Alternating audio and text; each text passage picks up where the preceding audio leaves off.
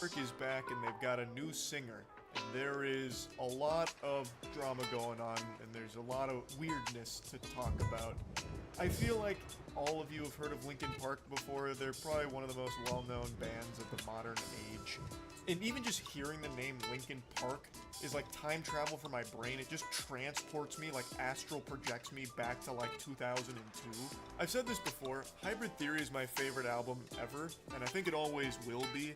It was the soundtrack to my formative years. The boner jams on here I don't think will ever be beaten. And I feel the same way about Meteora. I think both of those albums are masterpieces. But when Hybrid Theory comes on, it's like Popeye getting his spinach. I'll hear that, and I'll just go fucking superhuman. I'll feel like I can run through 5 brick walls. Point is, I feel strongly about this band, and when Chester Bennington tragically passed away, it was really rough, and it still is. It's extremely sad. He is a one-of-a-kind talent that will never be seen again. However, Linkin Park the band is back, and they have a new singer, and last week they performed a concert with her. Her name is Emily Armstrong. So they did a performance with Emily, they released a single with Emily, and Linkin Park is putting out an album with her as well. And there's more feelings and emotions here than an Inside Out 2. There has been a lot of discussion around it, and since the performance, a lot of information has come out that has changed the conversation from Linkin Park and even the new song they put out, and put it entirely on Emily Armstrong. Because she's got a lot of weird stuff that's gone on, to put it lightly. So, she's apparently a Scientologist and was actually at like a preliminary hearing for Danny Masterson as like a show of support for him. If you don't remember who that evil piece of shit is, let me jog your memory. Danny Masterson is the actor from That 70s Show who is a rapist in real life. He is a convicted rapist. And if that doesn't, reconnect some neural pathways in your brain, maybe you'll remember some of the drama that happened last year, where some celebrities wrote character letters to the judge going over how great of a guy Danny Masterson is to try and help with some lenient sentencing for him. He's got a great smile. Well, he never raped me. Come on, have a heart. What are you doing? Have you seen That 70s Show? What an actor. And some of those celebrities include Ashton Kutcher and Mila Kunis, who were glazing him like a donut. And then once all this information came out, they then released an apology video trying to, reduce the shrapnel they were getting hit with all the backlash from it.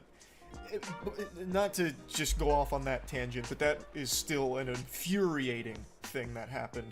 Anyway though, Emily Armstrong comes into the picture because she was called out by Cedric Bixler Zavala, who brought to light the fact that she is a Scientology member who showed up to the Danny Masterson early hearing as part of a group, basically as like an intimidation tactic. It certainly isn't the best thing to be learning about this new vocalist who's replacing a beloved singer. And it's left fans very upset. I'm not going to dive too deep into everything that's come out about all of that. However, Emily Armstrong responded with a post about it where she said that she misjudged Danny Masterson. She, regrets doing that and doesn't support it. However, she didn't utter a peep about Scientology. That word was like Voldemort to her, which is really weird because it's not like that wasn't related, because that was kind of the whole reason that she was there, apparently. So I don't know why she wouldn't talk about that at all. I'm just kidding, pulling your leg. I know exactly why she wouldn't mention Scientology. Because she's probably afraid to, fearing for her fucking life if she pisses off the Scientologists. That's kind of the whole situation in a nutshell. It's by no means a thorough dive into all of it. I highly encourage all of you to read more from Cedric Bixler Zavala about the situation and more information around it. And there's been a lot of good coverage on all of it. I just kind of wanted to give you like the bare bones breakdown of it. And I also kind of want to give you my perspective on Linkin Park moving forward with a new singer, even if it wasn't Emily Armstrong. I really do think it is fine for Linkin Park to continue as a band. I know a lot of people have said they should have changed their name or something. I disagree. I don't think there's anything wrong with carrying on the legacy of Linkin Park as a group. I think that is a totally understandable thing to do, especially if they all still have passion for the project. And I think everyone, including them, knows you can never replace Chester Bennington. And I think them hiring Emily Armstrong to do that is them understanding that it's an impossible task to replace a talent like that, a soul like that. So Emily Armstrong being their vocalist is very much not a Chester Bennington, you know, impressionist or anything. She sounds completely different. During their live performance, like, she sounded fine. There were some moments where her, like, voice would crack and sometimes it sounded a bit like karaoke, but overall, she did a good job with the songs as a singer. I did not like the single at all. That's just not my style of music that I really vibe with. That didn't have me wiggling my finger and salivating for the album to drop, unfortunately. And it's no secret, I didn't really like any of Linkin Park's albums after Minutes to Midnight. But even still, I've always had, like, an appreciation of the band. I think there was a time when I was, like, in college where I was really upset that the music they were putting out wasn't the music I was used to. But I've come to understand now, since I'm 30 years old, that you're just not going to be doing the same thing forever, and it's silly to expect that. So them changing their style so much over the years makes a lot of sense to me. It's just not a style that personally resonated with my taste, and there's nothing wrong with it. I also wanted to mention that I completely understand why Linkin Park wouldn't want a clone of Chester to replace him and move forward with this group. There is a group called Hybrid Theory, and they are a tribute band to Linkin Park. And their lead singer, his name is Ivo Rosario. There are times where he sounds almost indistinguishable from Chester Bennington. He is about as close as I think anyone could ever come to sounding like Chester. Even if someone gathered all the Dragon Balls and made a wish to just have Chester's voice, I still don't think it would sound the same. I think Ivo Rosario is as close to that as a mortal can possibly get. His screams are pretty much one-to-one sometimes. He has the raspiness and the grit to his clean vocals that only Chester could really do. Like, even when he was doing Given Up, which has Chester's longest continuous scream, Ivo matched not only the same tone of the scream, but also the same duration. He's an extraordinarily talented vocalist who sounds about as close to Chester as my two nuts are to the shaft of my cock. Like, it is close. And he also kind of looks like Chester. And I definitely don't think he should have been the replacement for Chester in Linkin Park. I, under no circumstances, think that would have been the right decision. I saw a lot of people flood Hybrid Theory's comment section saying, "How dare they choose Emily over Ivo? This makes no sense. Look at how close he sounds to Chester. He even looks like Chester's doppelganger. It looks like they were separated at birth. They're clones." I just don't think it would be a good idea. Just picture this. You lose your best friend in the world, and then a little while later, you find someone that looks and sounds just like them. I don't think you'd be like, "Oh, my new best friend. Perfect. I needed someone to come in here and fill these shoes." Like, it'd be extremely weird for the band, I would think, and it'd be extremely weird for fans, I would think. It certainly would be for me if I heard Linkin Park have a vocal. This to destroy the hopes of my people, and I'm done with you. I can't let you jeopardize the mission. So that's it. All this time, and that's all I get from you. How can you not see what this means to the Krogan? This base can't be destroyed. I won't allow it.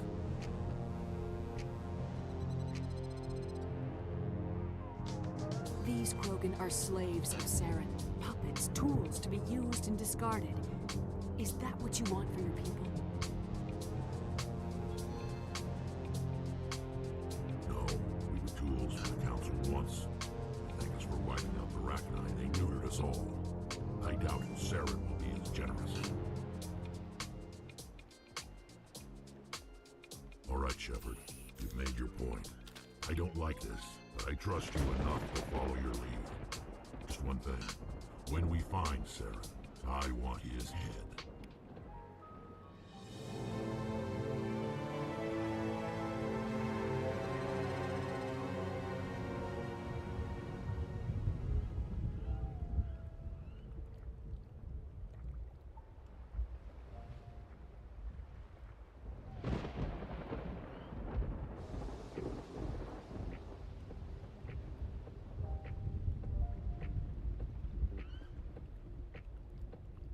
vocalist that sounds exactly like Chester.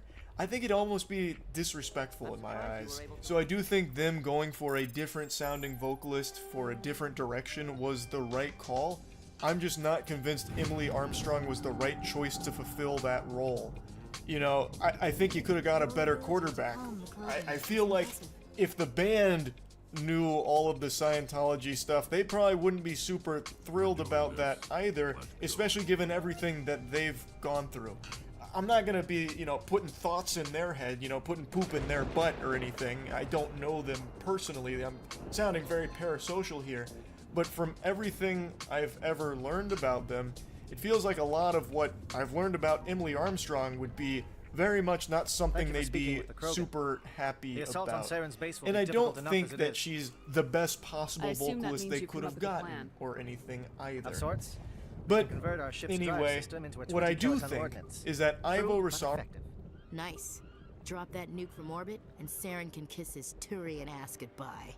Unfortunately, the facility is too well fortified for that. We'll need to place the bomb at a precise location. Where do we take the nuke? And how do we get there? The bomb must be taken to the far side of the facility. Your ship can drop it off, but we'll need to infiltrate the base, disable the AA guns, and pacify any ground forces first. You want us to go in on foot? We don't have enough men. Good. I prefer a straight fight anyway. It won't be that simple. We just don't have the numbers to meet them head on. I'm going to divide my men into 3 teams and hit the front of the facility. While we've got their attention, you can sneak your shadow team in the back. It's a good idea, but your people are gonna get slaughtered. We're tougher than we look, Commander. But it's true. I don't expect many of us will make it out alive. And that makes what I'm going to ask even more difficult. I need one of your men to accompany me, to help coordinate the teams. You expect me to commit one of my people to your command? We are all soldiers by trade. If your people are not prepared to face such a risk, would you really want them by your side? He's right, Commander. We can't do this without both teams at their best. I volunteer. Not so fast, LT. Commander Shepard will need you to arm the nuke. I'll go with the Solarians. With all due respect, Gunnery Chief, it's not your place to decide. Why is it that whenever someone says, with all due respect, they really mean kiss my ass?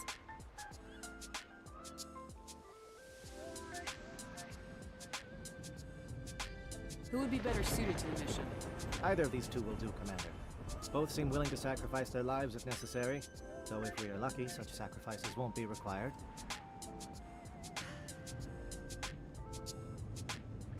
Mario and the Hybrid Theory Tribute Band is a really, really fucking fun group that is touring. And it's a group I really want to see. I never got to see Linkin Park live, and it's something that I really regret. A huge missed opportunity. I was really considering going to Revolution when it came to the swamp down here, but I got really nervous and cold feet about being around a lot of other people, so I ended up just pussying out and not going, and I never got to see them perform live. But seeing Hybrid Theory perform live will probably be about as close as I can ever get to experiencing a fraction of what an OG Linkin Park concert must have been like. And I think that's super cool. I am really happy that Hybrid Theory is such a talented group that does all of these tracks justice. And hopefully they'll come around the area at some point so I can go to one of those concerts. But I do not think Ivo Rosario would have been the right call to replace Chester Bennington in Linkin Park. I think it just would have been a little weird for the legacy of Linkin Park and Chester. Anyway though, that's really about it. See ya.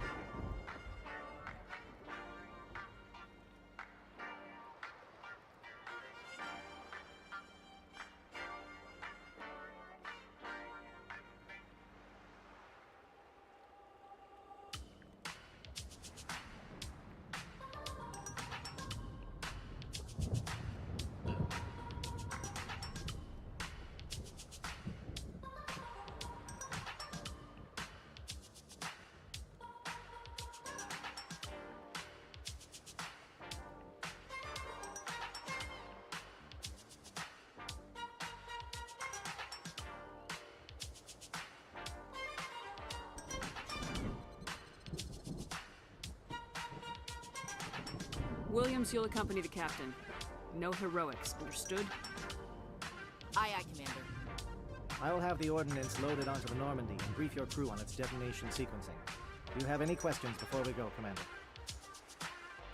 The Normandy's picking me up. How will your teams escape the blast? We will engage the Geth as long as possible. Once the bomb is in place, we will fall back to try and escape the blast radius. If we move quickly, we should be able to escape with acceptable casualties. If not, then our memories will live on as martyrs to a greater cause. Shadow seems clear enough. What would the other teams be called? Igor, Manavai, and Jaeto. They were the initial settlements on our first 3 colony worlds. They are at the heart of Solarian territory to this day. These names will remind my men what they are fighting for. They must have a personal stake in the fight if we are to have any chance of success. I want to know more about the bomb. How reliable is it going to be? Its reliability depends on the person arming it, but it will do the job. The drive system is highly impervious to damage from external sources. Once it has been armed, very little can stop it. The key is getting it into place and armed before the Geth can stop us. I want to know more about the bomb. Its reliability. The key is getting it into place and armed before the Geth can stop us. Give me a quick rundown. You are Team Shadow. We disable the AA gun so that once you have the bomb, place it next to the geothermal taps. Then get out before it detonates. I'm ready when you are, Captain. Excellent. Then if you'll excuse me, I need to prepare my men. Well, this is it. Don't do anything stupid while I'm gone, LT. You too, Commander.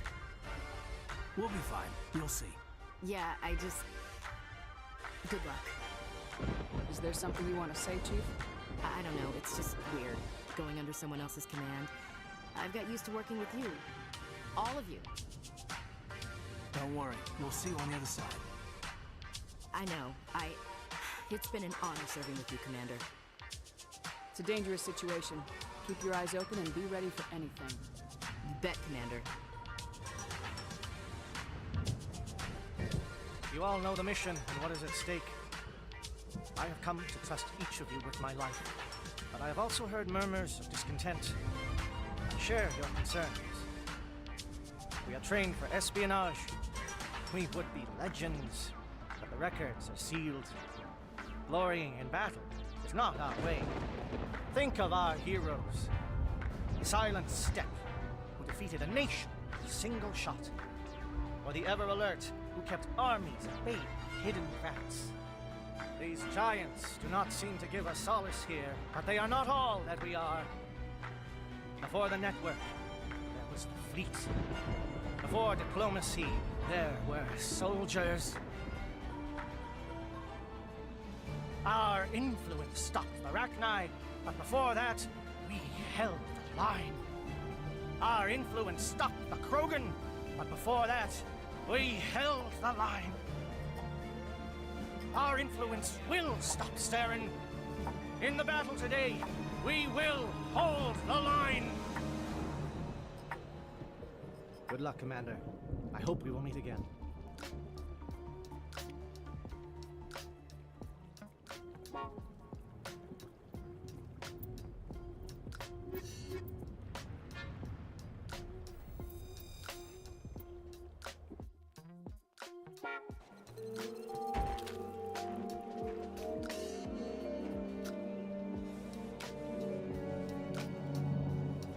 Comm check. Do you read me, Commander? Loud and clear. Good. We'll start our push. We'll try to make it to the AA guns, but it might be up to you to finish the job. And Commander, if you see any way to undermine their defenses, we could definitely use the help.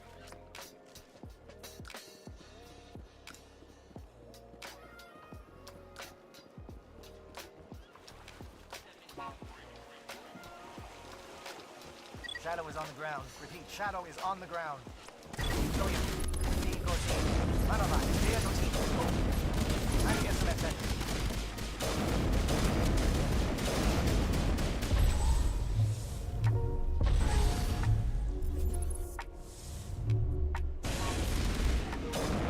Manova is under coordinated crossfire.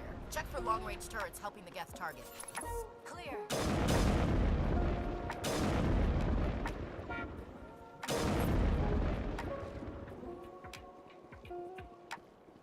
Think we got him, Commander.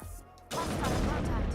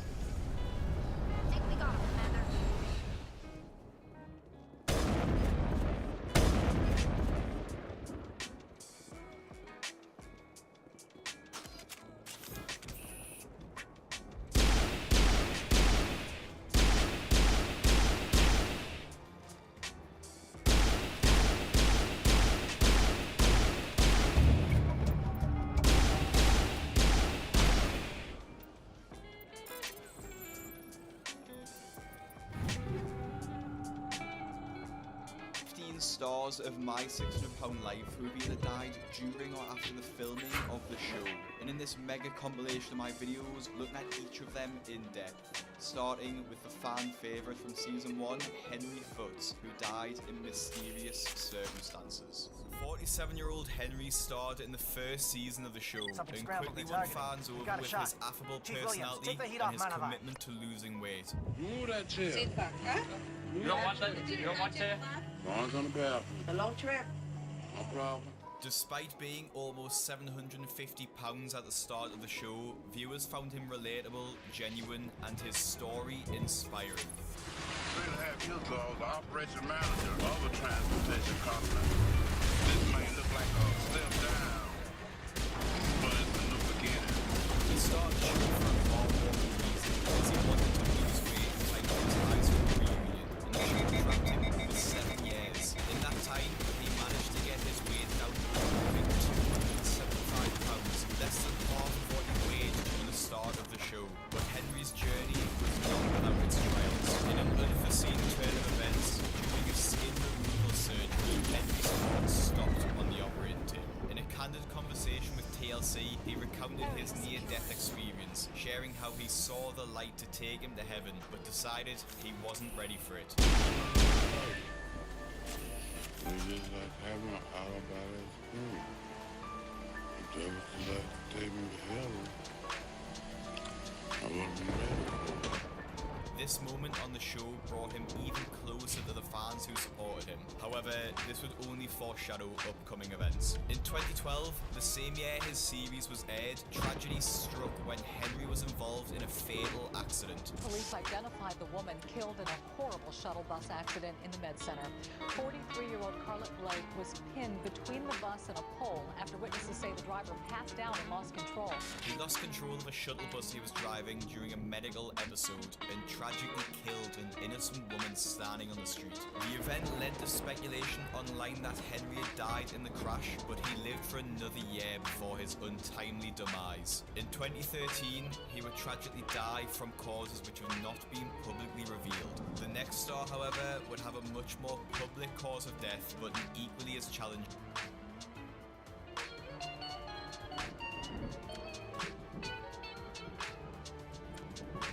If I had to sum up today's entire video in a single word, it would be audacity. The person we're talking about today is hands down one of the biggest creeps in Hollywood. Maybe not the biggest creep when you've got animated trash like Bill Cosby and Harvey Weinstein rotting in prison, just stubbornly persisting like radioactive cockroaches. But still, when you've got people like that associated with Hollywood and you still manage to seem like a complete creep, clearly something is very wrong here. But in addition to that, he also has a massive ego and is now claiming that despite video evidence, this is all just a smear campaign because everyone is, quote, jealous of his genius. So yes, today we're going to be talking about Francis Ford Coppola, aka the director of The Godfather, and the $15 million lawsuit he just launched against the writers who shared the video evidence of him being an absolute creep. But first, welcome, my name is D'Angelo, and I am your professor of asynchronous time paradoxes, which is a very real degree that I definitely do have. Or maybe this is just me broadcasting myself talking in my room like YouTube used to be. And in today's lecture, we're going to see that Coppola has actually gotten away with this for years, but he's managed to largely avoid being labeled as a weirdo by the mainstream, mostly because he's like desperately losing all of his relevance in real time, but also because his early work was so monumental to cinema that people are giving him an excuse. An excuse which he is now trying to use in a court of law, while simultaneously dealing with a few legal troubles of his own, which we'll go over soon. So it's no exaggeration to say that despite Coppola's current troubles, he was one of the most prominent directors of all time. Almost everyone is familiar with The Godfather, but that's not even the only film of his that's considered a cinematic classic. He also directed Apocalypse Now, and he was consistent throughout the 80s, though his work has slowed in recent years, as you can see, with a 13-year break between his previous film and the one that's causing all of his problems this year, Megalopolis. So the funny thing is, I actually just talked about Coppola and Megalopolis in a video. Lionsgate apologizes to Coppola for now now pulled Megalopolis trailer. God, Megalopolis is just a mouthful. And as I discussed, this trailer included a bunch of fake quotes, with people supposedly trashing his previous films. But then it turns out that these quotes were not actually real. They were either fabricated or taken from completely different articles. These fabricated negative reviews were trying to push the narrative that one filmmaker has always been ahead of his time, and true genius is often misunderstood. So said the narrator in the trailer. Whatever you do, don't forget that wording from the trailer. True genius is often misunderstood. One filmmaker has always been ahead of his time. Now, after I talked about that in the video, Francis Ford Coppola actually came forward, and he said it was a mistake, an accident. I'm not sure what happened. I know that there were bad reviews. I'm the one who said there were bad reviews, but it was a mistake, an accident. I'm not sure what happened. And regardless of whether or not he was directly responsible for the quotes, it's pretty clear that he was responsible for the tone. But this is all going to come back up later. Now, Coppola and Megalopolis controversy have been going hand in hand for months now, with him bragging at one point about how the film isn't woke and features actors who were canceled, presumably referring to Jon Voight, who is a Trump supporter, and Shia LaBeouf, who was accused of and admitted to abuse allegations. I heard that woman. They're not even allegations at that point. He's just an abuser, straight up. What I didn't want to happen is that we're deemed some woke Hollywood production that's simply lecturing viewers, Coppola told Rolling Stone. Unfortunately, supporting abusers is going to turn out to be a bit of a theme of Coppola, and the movie's controversy continues, because when it premiered to critics, it was receiving extremely mixed reviews, with everyone admitting that it is definitely different, but some people pointing out that different doesn't always equal good. This is a passion project without passion, something of a mess, even if it is a stunning achievement. Clunky, garish, but transcendently sincere. But regardless of the glimmer of optimism from the reviews, a Hollywood supporter suspects that the movie, which cost $120 million to produce, is currently on track for a $5 million domestic opening. Megaflopolis indeed. But regardless, mixed reviews, poor box office performance, a fake trailer fiasco, and even the controversial actors really pale in comparison to the biggest issue that was going on behind the scenes with Megalopolis, and that is the extremely unprofessional behavior that has been alleged by multiple sources. So that $120 million budget was actually all of Coppola's own money, and some people claimed that because he was calling literally all of the shots, he had complete control and was acting inappropriately on set. Several sources felt that Coppola could be old school in his behavior around women. He was accused of pulling women to sit on his lap, trying to kiss some of the topless and scantily clad extras during a nightclub scene,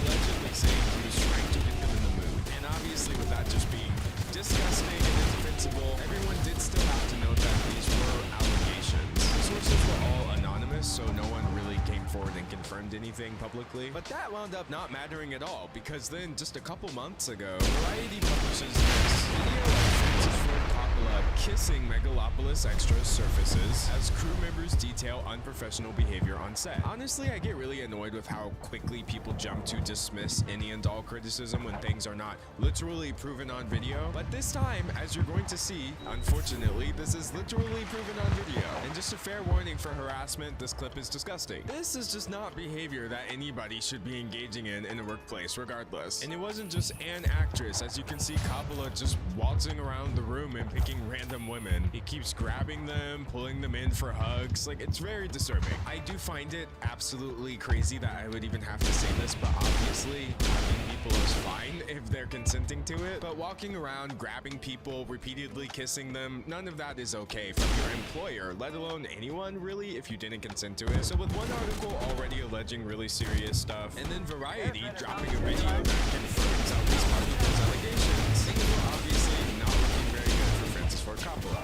There was a very strange article came out from Deadline, which I think was trying to make him seem better, but really had the opposite effect. Salacious Variety video claims are false, says Reina Menz, the extra shown with Francis Coppola. And saying the extra is really interesting when I counted at least 4 women in these videos. But let's see exactly how Variety was being salacious by sharing a real video that exists. Variety last Friday published for clicks what it called an exclusive video of Francis Ford Coppola kissing Megalopolis extras. Even just the framing of this opening sentence is crazy. Obviously, the article was published for clicks, but like, is not everything on the internet? Even when you're talking about things that are important, you do still need people to click into it to be aware of it. So, and then just referring to the video as what it called an exclusive.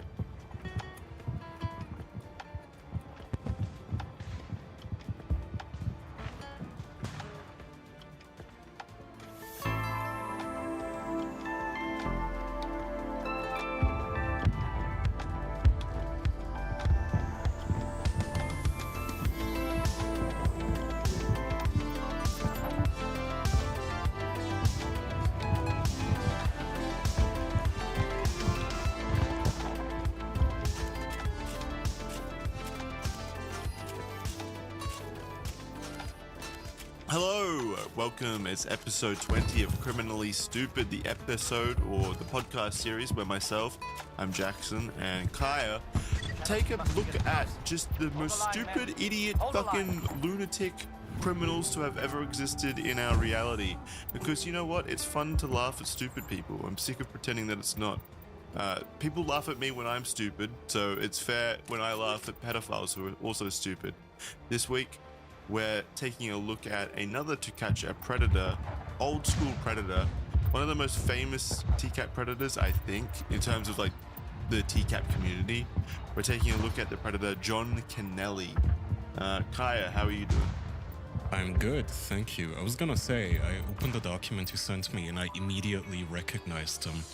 I don't remember him or what he was up to, but I did recognize his smarmy fucking face. Which he's a very well-known predator.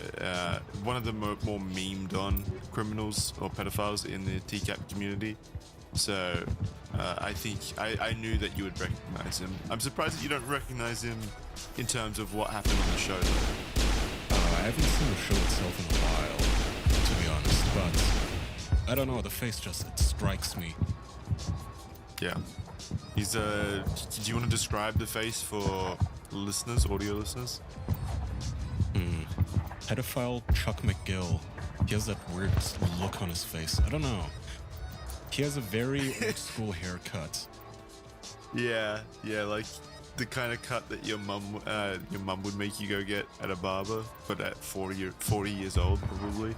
He also has an odd look on his face, going kind of like, I got caught. I mean, to me, he immediately doesn't look all there.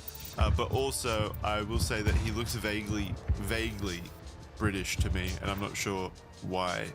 Do you kind of get that feeling that he looks British? I don't know. Especially on the picture on the left here. Maybe, I don't know. Not really. The teeth are all there. Well, yeah, I don't know. He looks British to me, but maybe I don't know why. He kind of reminds me of like I don't know, like a put together, not put together, that's the wrong word. He doesn't look put together, but like a guy that's trying to be put together in a British rom-com kind of movie. Yeah, someone says he looks 100% British. I don't know why. I can't fucking put my finger on why he looks like he's British to me, but he does. Maybe people in chat, maybe people in our community can tell me why I think that in the comments below on YouTube when this comes out. He does kind of look like an older, dopier version of, what was this character's name? The bad guy in No Country for Old Men. Fuck. Anton I can't Churgin? remember the name. Yeah. Anton or something. Anton Chungus. He is obviously way more handsome, Anton is, than our pedophile guy here, but it's the hair, yeah. Yeah, it's like if Anton Churga, instead of being a cold-blooded, methodical killer, was instead like a goofy pedophile. Then this is what would happen. It's like these are the two paths. Yeah, okay. Let's start. This guy's username is already so lame. Special Guy 29. Oh, he's gonna be a special guy. So I guess in the grand scheme of things, he kind of is. Yeah, I mean, to me, this has double meaning eventually. We'll see how this plays out. But Special Guy 29 could have multiple meanings in the way that things go. Relatives, he has an elderly mother and father. His occupation, he has many occupations, so he says during the chat log and when he meets up with Chris. But for now, the only actual recorded occupation I could find for him was a sandwich shop worker, but mostly 90% of the time unemployed. Date of birth 1962, 42 years of age at the time of offense, and he would be 61 years old now. He's 5'10", 205 pounds of specialness. His eye color is brown, his hair color is brown, and the chatlog decoy, who he talks to in his first chatlog, is a guy by the name of Marlboro 2170, and he's pretending to be a 14-year-old boy. Sliminess rating 4.74, total votes 1,500. Wait, you skipped the other decoy. Sissy Boy Sissy. Yeah, we'll bounce back when we get to the second chat. There are two chat logs in this one. I was gonna save it for later, but yeah, 4.74 slam in this rating. Sounds about right. It's a solid score. Again, hey, they're all around 4.7. It's just how like the median curve. Well, do you think it's just all a bunch of normies rating like 5, fuck this guy, kill him, and then it's just a bunch of fellow pedophiles logging on? But there isn't enough of them, so they cannot bring the rating down as they're voting like 0, what's wrong? Well, yeah, what's wrong with what you did? It's just love. Or do you think it's like other pedophiles looking on and being like hypercritical, like, well, he wasn't a very good pedophile, his pedophiling wasn't up to our standards, I'm gonna rate you a 2. I could have raped that kid way harder. What a loser. Oh god, John Kennelly, such a loser. Alright, chat log 1, do you want to just get going? Okie dokie. Well, last time I was the pedo. Yeah, I'll be Special Guy 29. Alright. Yeah. And I'll be Marlboro 20170, which I assume is like a zip code to someplace. Yeah. Alright. It's for some reason these chat logs, and you'll see what I mean very quickly. They're very like dude bro-y for some reason. Like it's just two dudes hanging out, you know, at the bar, shooting the shit. Hey, bruh. Yeah. Alright, so I'll start off. Hey, bro. Sup? Not a thing, man. You? Z bored. Z. He's falling asleep. He needs stimulation. Wink, wink. Special guys are already boring him. I'm the predator, by the way. Special guy is the predator. Marlboro is the kid, who's pretending to be 14 years old. Yes, and this is taking place at roughly 4 p.m. Where are you from? Falls Church here. You? Big arrow pointing at himself. Herndon. I heard that before. Where is Herndon? It's near Washington, I think. It's near DC, I think. Okay. Or it's somewhere in Virginia. You're just guessing now. Yeah, well... So Florida, California, somewhere near Atlantis. Is someone out there? It's a town in Virginia, so I was right. Fuck you. Part of the Washington, D.C. metro... Okay, Herndon is a town in Fairfax County, Virginia, United States, part of the Washington, D.C. metropolitan area, so I was correct across the board. Somehow I threw out 100 guesses and they were all right. Isaiah, remove that. No, don't. Amplify it. Boost it. Double it. Alright, and he says to Herndon, May I ask your stats, age, and location, please? Give a little ground, William. Again, what's with the stats? What does stats mean? Like how much you fucked? How big your cock is? Well, no, like, I guess how tall you are and if you're fat. Usually, in the olden days, we just stuck to ASL, age, sex, location, yeah. This guy he does SAL. When you say we used to stick to that, not in a pedophile way, like in a talking to just random people way. Millennial on the initial internet way, yeah. Yeah. Well, pedophiles have asked me my ASL, so I guess maybe in that way too. Now wearing a lab coat. You got a peck? Lieutenant Gonto in this. Hey, Brandon. Regiment, yes, I do, for trade. I assume the fleet was called in to destroy the base? Brandon, may I ask you a question? Transmission wasn't clear. Fleet's not Score, coming. bro, and shoot. I see. Then you must be. Are you alright with the age difference? Send it now, Brandon. You party? You like me? I am there. But the indoctrination is a greater threat. You like me, I guess. Far more horrifying.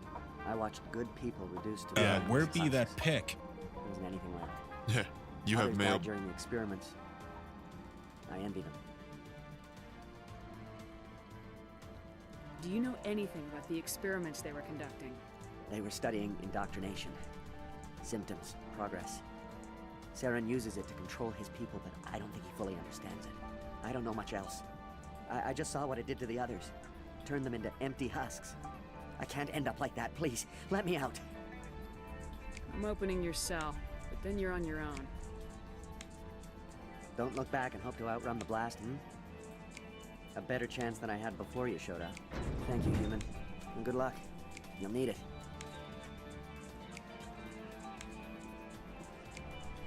These look docile. Their minds are gone. What drove Saren to this? It is cruel beyond measure.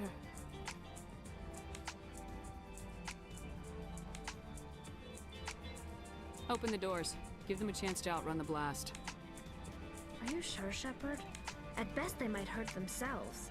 If there is any sense left in them, they might be directed to harm us.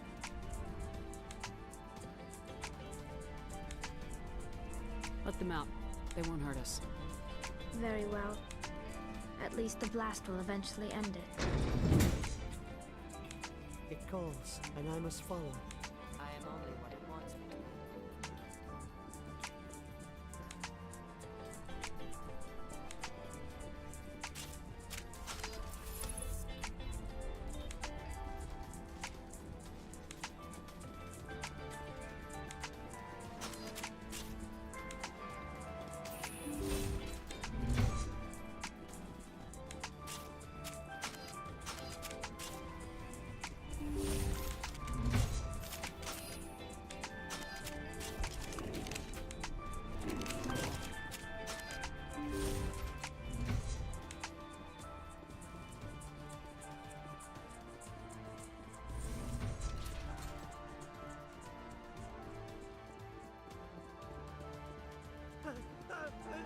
What do you want? I told you everything. Who are you? Alliance, right? I knew someone would come. It tried to break me, but it couldn't. I shut it out. Slow down. I need to know where you came from. Private Mano Savat of the 3rd Infiltration Regiment STG, ma'am. Captured while on reconnaissance 6 days ago. Glad to answer, ma'am. Never any questions from these bastards. Just whispers and poking and cutting. I'd said anything to get out and get some payback. It's not too much to ask, is it? A little payback? What did they do to you, soldier? Experiments, but I don't know what for. The effect of incessant whispering on my shortening temper? Who knows? I just need out. Something's not right here, Shepard. If we don't let him out, he's as good as dead. We have to do something. Yes, leaving me here would be bad. Very bad. It's too small and the noise just won't go away. Whispering is loud, you know? I need to get out. Let me out. Set him free. You could help us. Yes, sir. You'll find I am very good at following orders. I should be. I hear them over and over. Why are they repeated when they are so simple? Damn simple!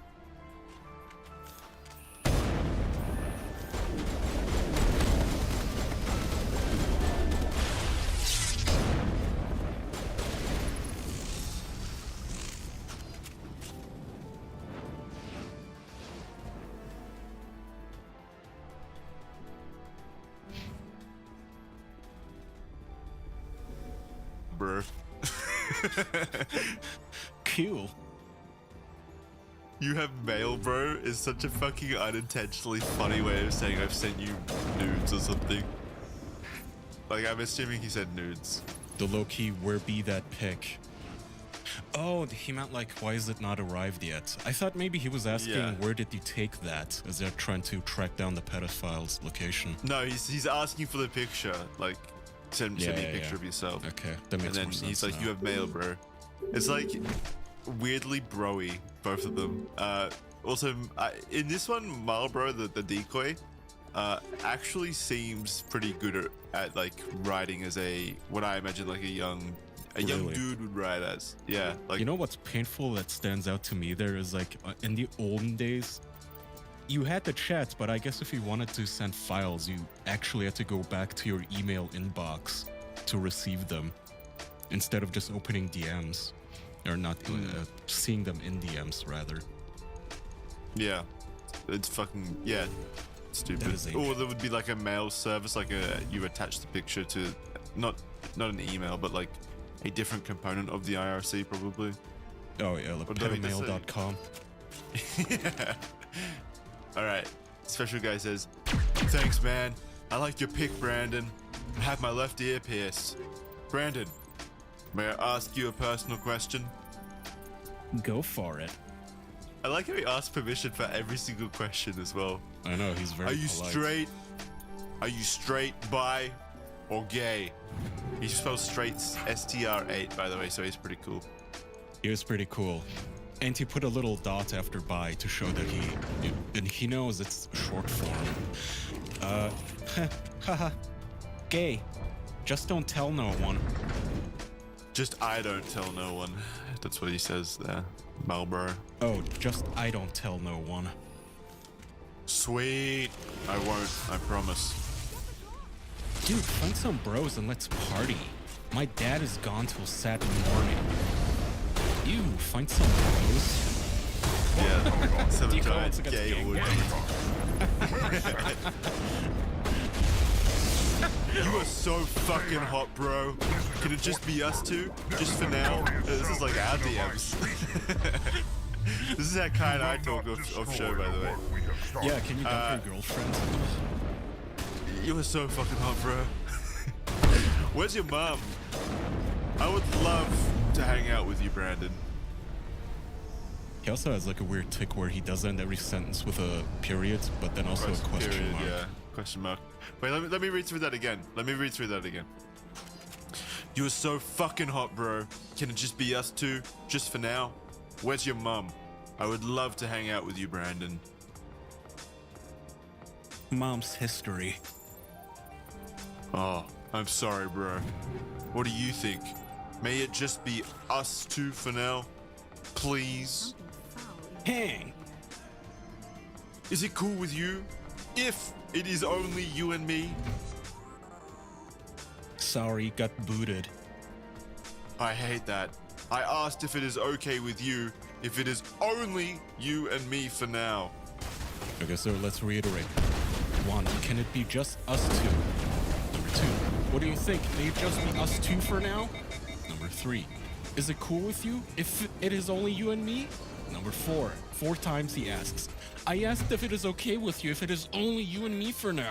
Don't shoot! Please, And I this is just wanna after get the out of here decoy before it's said, too late. dude, find some Let's bros hear in it. this party. Why Like, would he's you afraid want that there's No, gonna that- be more people there. That really put him on But tilt. this job isn't worth dying over, or worse.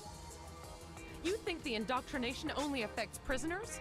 Sooner or later, Saren will want to dissect my brain too. I thought this was a breeding facility. Not this level. We're studying Sovereign's effect on organic minds. At least that's what I assumed. Saren kept us in the dark as much as possible. You helped him and you do not even know why? I didn't have the option of negotiating. This position is a little more permanent than I had expected. But I can help you. This elevator behind me goes to Saren's private lab. I can get you in. See? Full access. All of Saren's private files. Are we good? Can I go? What were you studying here? It's that ship, Sovereign. It emits some kind of signal. Undetectable, but it's there. I've seen the effects. Saren uses it to influence his followers, to control them. It's called indoctrination. Direct exposure to the signal turns you into a mindless slave, like the Solarian test subjects. But there's collateral damage, too. What do you mean by collateral damage? Sovereign's signal is too strong. Spend too much time near the ship and you feel it, like a tingle at the back of the skull. It's like a whisper you can't quite hear. You're compelled to do things, but you don't know why. You just obey. Eventually, you just stop thinking for yourself. It happens to everyone at the facility. My first test subject was the man I replaced. Now I just want to get out of here before it happens to me. Tell me more about this signal. Signal's not exactly the right word. There's some kind of energy field emanating from the ship. It changes thought patterns. Over time, days, maybe a week, it weakens your will. You become easier to manipulate and control, but it's a degenerative condition. There's a balance between control and usefulness. The less freedom a subject maintains, the less capable it becomes. Why is Saren researching this? Isn't he the one controlling it? The signal comes from the ship. It makes us obey Saren, but I don't think he controls it. Not exactly. I think he's scared it might be affecting him. Indoctrination is subtle. By the time the effects become noticeable, it's usually too late.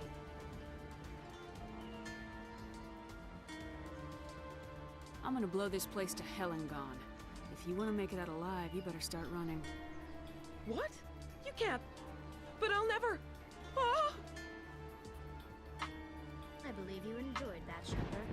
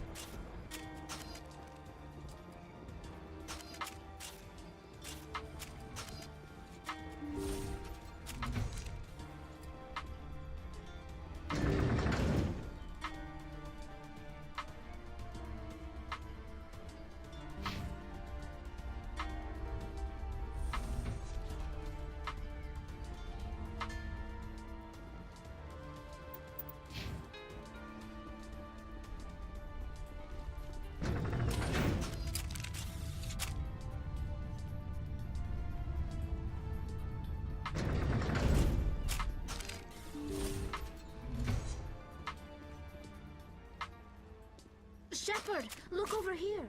It's another beacon, like the one on Eden Prime.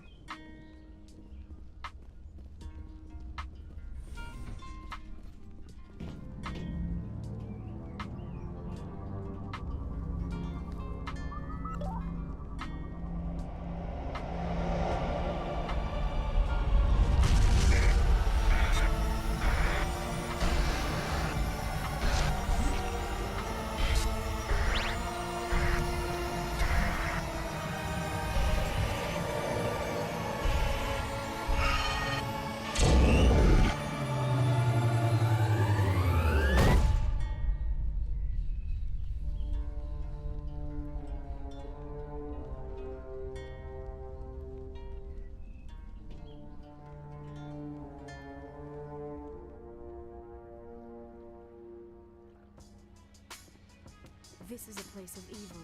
It needs to be destroyed. This place is an abomination. Saren's research must be destroyed. I get the feeling something bad is about to happen. You are not Saren. What is that? Some kind of VI interface?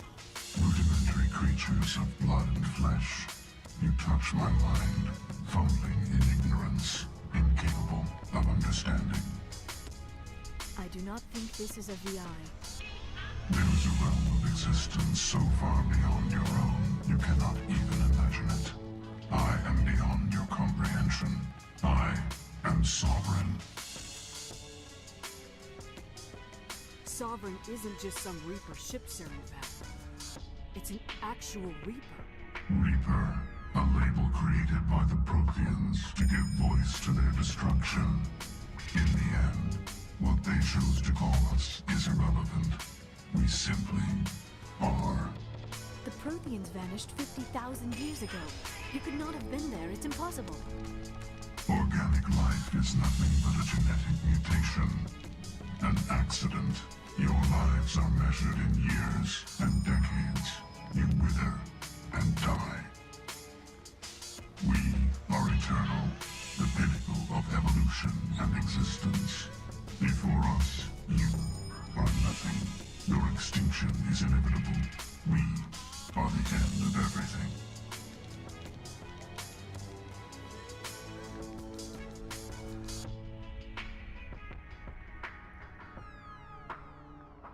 There is an entire galaxy of races united and ready to face you. Confidence born of ignorance. The cycle cannot be broken. Cycle? What cycle? The pattern has repeated itself more times than you can fathom. Organic civilizations rise, evolve, advance, and at the apex of their glory, they are extinguished. The Protheans were not the first. They did not create the Citadel. They did not forge the mass relays. They merely found them. The legacy of my kind. Why would you construct the mass relays, then leave them for someone else to find? Your civilization is based on the technology of the mass relays. Our technology. By using it, your society develops along the paths we desire. We impose order on the chaos of organic evolution. You exist because we allow it, and you will end because we demand it. They are harvesting us, letting us advance to the level they need, then wiping us out. What do you want from us? Slaves? Resources? My kind transcends your very understanding. We are each a nation, independent, free of all weakness. You cannot even grasp the nature of our existence.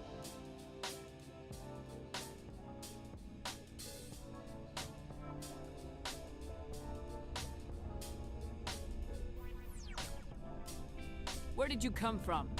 Who built you? We have no beginning. We have no end. We are infinite. Millions of years after your civilization has been eradicated and forgotten, we will endure.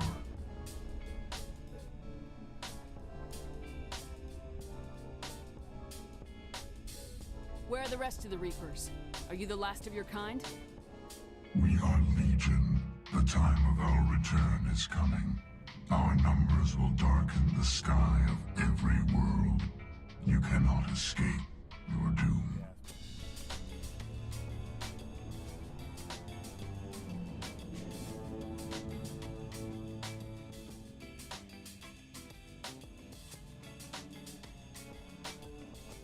You're not even alive. Not really. You're just a machine, and machines can be broken. Your words are as empty as your future. I am the vanguard of your destruction. This exchange is over.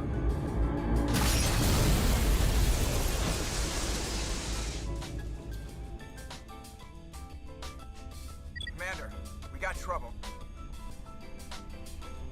Hit me, Joker. That ship's Sovereign? It's moving. I don't know what you did down there, but that thing just pulled a turn that would shear any of our ships in half. It's coming your way, and it's coming hard. You need to wrap things up in there fast. This console is no longer functioning. Ideas, Commander Shepard? Let's head to the breeding facility. Joker can pick us up after we set the nuke.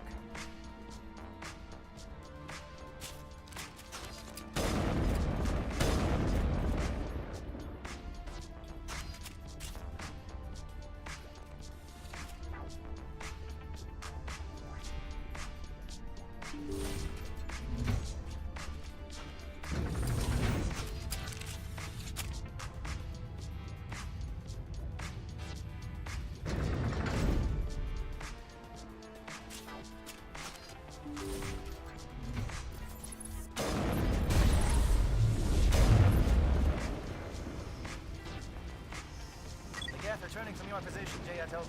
Looks like Shadow picked a sensitive spot. Williams, head them off. Hold them.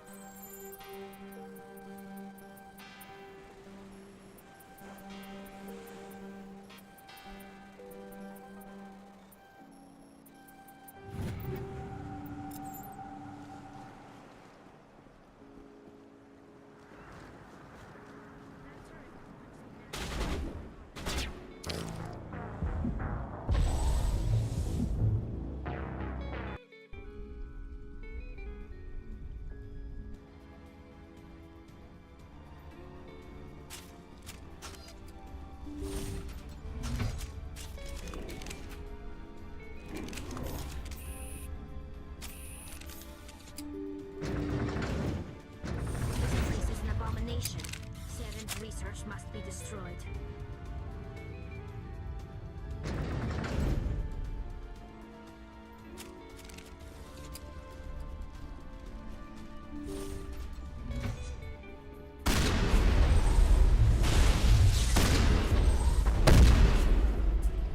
Again, returning from your position, J.A. Looks like Shadow picked a sensitive spot. Williams, head them off. Hold them.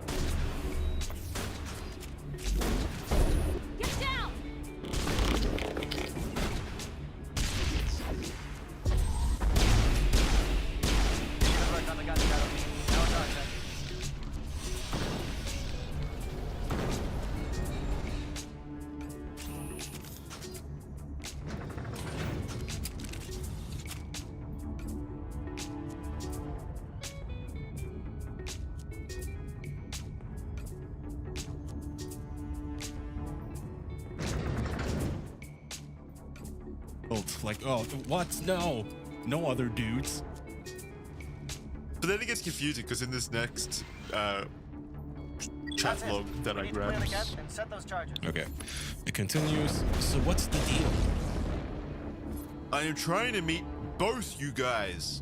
If that is okay with you, bro. Both you guys? Yeah, so now I'm confused as well. Maybe he means us both guys? No, he doesn't.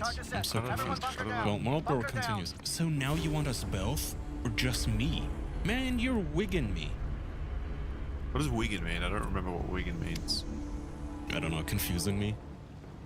Yeah. Anyway, so this is only 5 minutes after that last conversation that I grabbed where it was like, is it cool if it's only you and me and all that 3 times? Like, this is a very short period of time. It's also only like 20 minutes since they started talking initially. So they're already planning to meet up. We can meet just you, buddy. So what do you want to do? I am sorry. That is not my intention. Just words, just words. I want to be your boyfriend if you will have me. I am serious. Was it a little bit of Vlad coming out there? I am serious. I don't know. How do these guys imagine you're gonna be boyfriends with somebody in public? Like, can you take this boy out on a date in McDonald's or something? How's that gonna look? Bomb is in position. We're all set here. No, I don't think it's an actual offer to be their boyfriend. It's more like a ploy to like appeal to their emotions, probably. Like, you're so special. I want you as my boyfriend. Maybe. I don't know. Although this guy does seem special enough to actually want a underage boyfriend, as in like a He's the one. Hold tight. We're coming to get you. Dude, we need to test drive before we go saying that shit. We'll hold him as long as we... Even the decoy is like, let's pump the brakes a little bit. Buy me dinner first. Not a problem. I can and will do that. I would love... Then a minute later. I would love to meet you. That's it? Hopefully have you as my boyfriend. What kind of ride you got? Oh, I have a Saturn, but I was hit, so I'm using my dad's truck for now. Oh, he is cool. Normally, trust me, my car goes to another school. I have a boring dad truck for now. That's totally not mine, so don't think I'm lame. Yeah, my souped up Honda is in the it's getting worked on. It's getting a new spoiler and muffler put on. It's my Lambo. My Lambo's in the shop. Make nice coin? Question mark? Job. What do you do? I am an 11th grade English teacher. Also, this is a lie, by the way. I don't know why he chose to lie about this. Well, thank God he did. Good. I don't want him to be a teacher around young people. No, of course not. But, like, why is a pedophile lying about being a high school teacher? Surely they would not want that. I don't know. Fuck, you don't really teach in Herndon? No. Dave, you freaked me. I'm sorry. That was not to make you feel uncomfortable. I was gonna be like, shit, I gave you my pig. I love your pig. I start high school this year. Yes, you do. And then, 20 minutes later, pick up a case? I am broke, sweetie. Sideways face. Research must be destroyed. Pick up a case of beer? Beer when you're coming over, yeah. So he's too broke to pick up a case of beer? What the fuck? Yeah, fucking all these pedophiles are always like so stringy. They're tight asses. They're like, no, I can't bring anything over. I haven't been paid yet. It's like, damn, you're so cool. You can't provide your underage fucking victim McDonald's or whatever. Catamite's pet sissy boy that you're trying to fuck. You can't even get him drunk. Yeah, can't even get it. Actually, he can't even buy him some smokes. Although I do have beer here. Oh, I think they were talking about a kit. No, you don't say a case of cigarettes. You say a pack. No, he's... Fuck. No, pick up a case. He says, although I do have beer here, that's a case of beer. No, I know. I just thought maybe at the top here, but fuck. I'll pay you back. And a pack of reds. Condoms.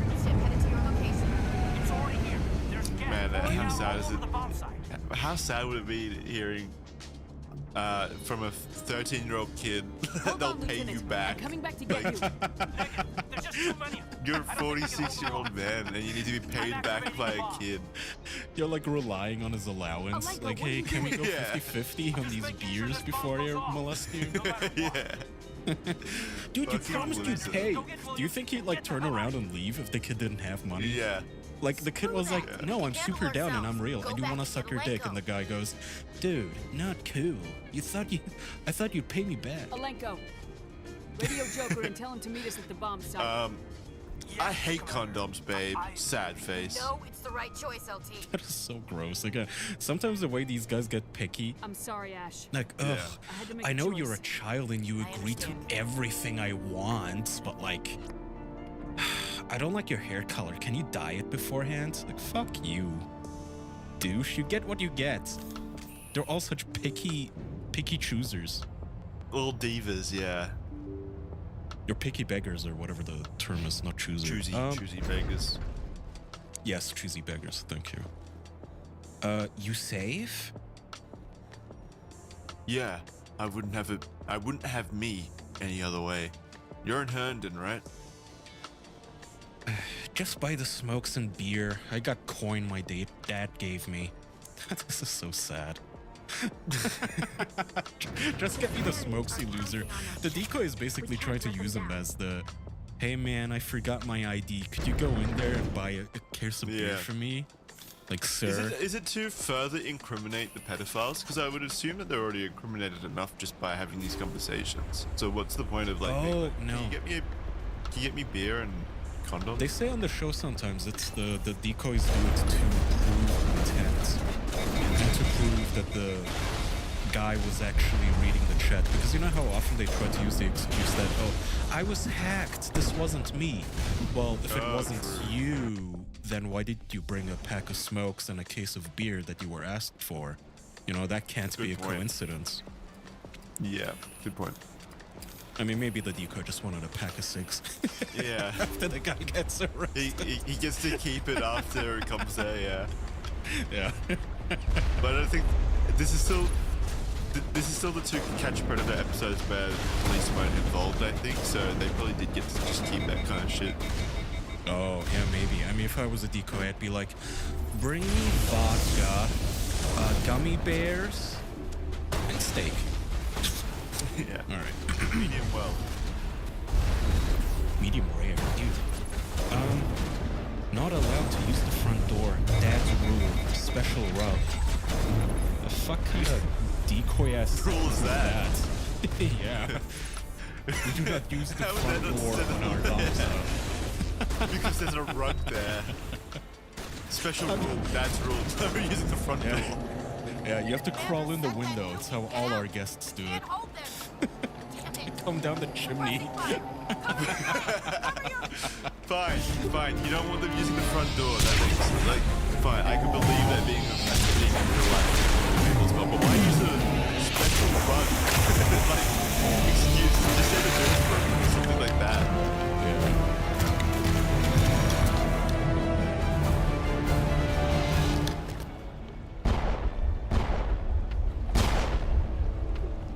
I applaud you, Shepard. My Geth were utterly convinced the Solarians were the real threat. An impressive diversion. Of course, it was all for nothing.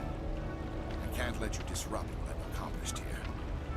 You can't possibly understand what's really at stake. Why are you doing this? You've seen the vision from the beacons, Shepard. You of all people should understand what the Reapers are capable of. They cannot be stopped. Do not mire yourself in pointless revolt. Do not sacrifice everything for the sake of petty freedoms. The Protheans tried to fight, and they were utterly destroyed. Trillions dead. But what if they had bowed before the invaders? still exist. A submission not preferable to extinction. Do you really believe the Reapers will let us live? Now you see why I never came forward with this to the Council. We organics are driven by emotion instead of logic. We will fight even when we know we cannot win. But if we work with the Reapers, if we make ourselves useful, think how many lives can be spared. Once I understood this, I joined Sovereign, though I was aware of the dangers. I had hoped this facility could protect me. You're afraid Sovereign is influencing you. You're afraid he's controlling your thoughts. I've studied the effects of indoctrination. The more control Sovereign exerts, the less capable the subject becomes. That is my saving grace. Sovereign needs me to find the conduit. My mind is still my own. For now. But the transformation from ally to servant can be subtle. I will not let it happen to me.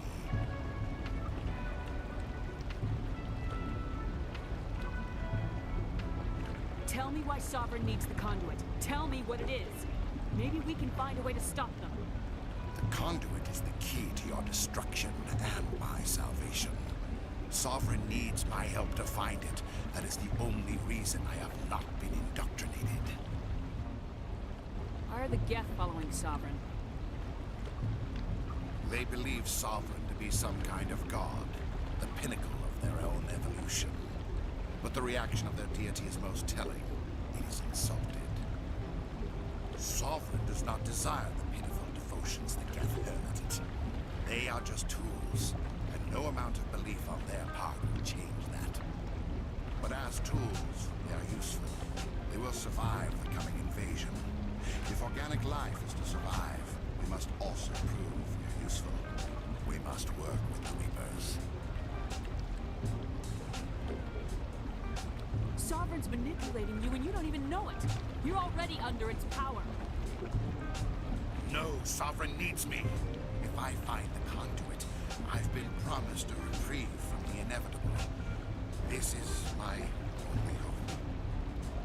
Together we can stop Sovereign. We don't have to submit to the Reapers, we can beat them. I no longer believe that, Shepherd. Visions cannot be denied. The Reapers are too powerful. The only hope of survival is to join with them. Sovereign is a machine. It thinks like a machine. If I can prove my value, I become a resource worth maintaining. There is no other logical conclusion.